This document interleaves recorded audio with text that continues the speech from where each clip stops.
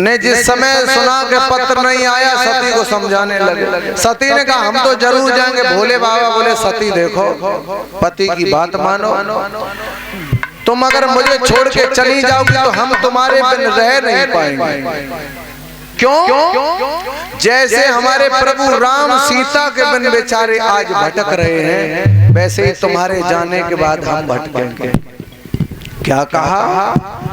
बोले राम, आप किस राम की बात करते हो? सती ने भोले बाबा से कहा। भोले बाबा ने कहा किस राम को तुम जानती हो? कितने राम? सती बोली हम 4 राम को जानते हैं। 4 राम है? बोले हाँ। कौन कौन 4 राम है? एक राम ने जगत पसारा, एक राम है जग से न्यारा, एक राम घट घट में लेटा, एक राम दशरथ का बेटा। बोले 4 राम है। एक राम ने जगत पसारा, एक राम है जग से न्यारा, एक राम घट घट में लेटा, एक राम दशरथ का बेटा।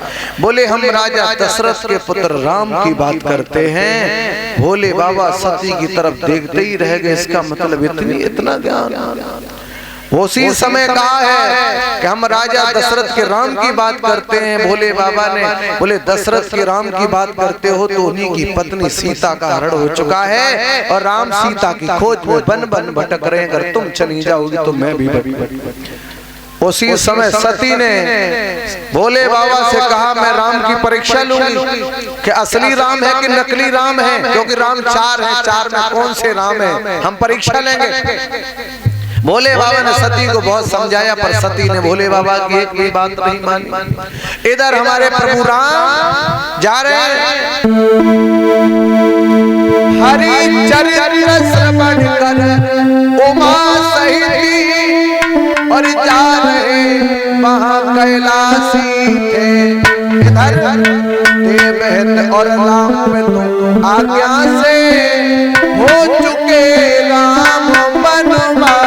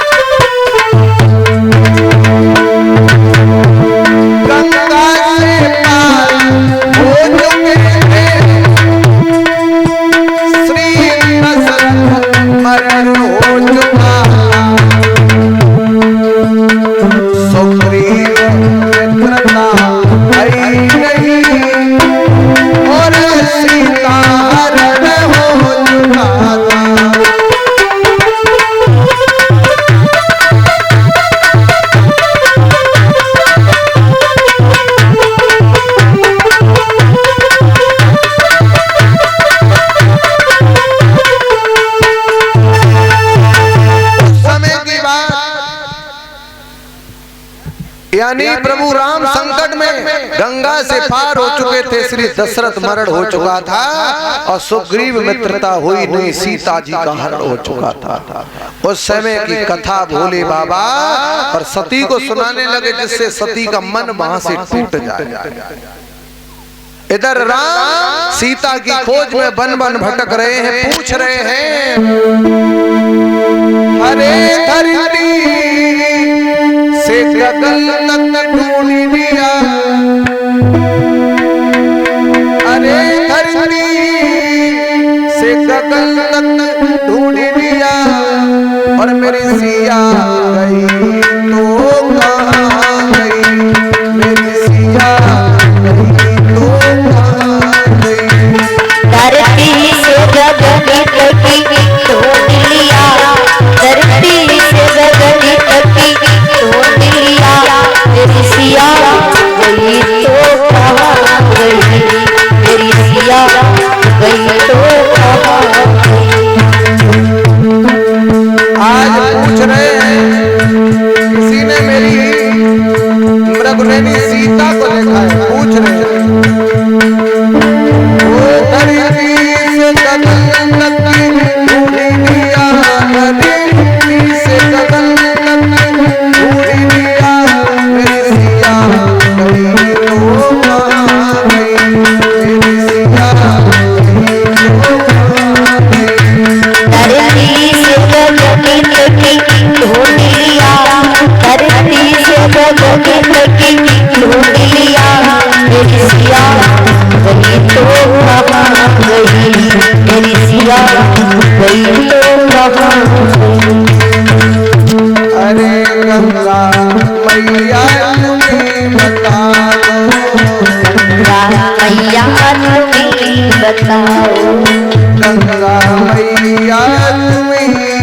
बताओ गंगा मैया तुम्हें बताओ।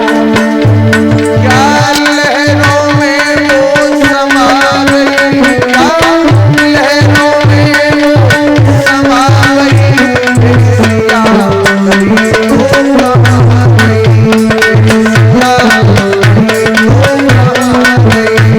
धरती से गगन तक ढूंढ लिया, धरती से गगन तक ढूंढ लिया, तेरी सिया गई तो कहाँ गई, तेरी सिया गई तो कहाँ गई। अरे वन और वृक्षों तुम्हें बताओ, वन और वृक्षों तुम्हें बता दो, वन और वृक्षों तुम्हें बता दो, वन और वृक्षों तुम्हें बता दो। क्या कलियों में वो समा गई, क्या कलियों में वो समा गई, सिया गई तो कहाँ गई, सिया गई तो कहाँ गई। धरती से गगन तक ढूंढ लिया, धरती से गगन तक ढूंढ लिया, तेरी सिया गई तो कहाँ गई, तेरी सिया गई तो कहाँ। पूछते चले जा रहे हैं। गोस्वामी जी कहते हैं, हे खगमृग हे मधुकर सैनी, क्या देखी सीता मृगनयनी।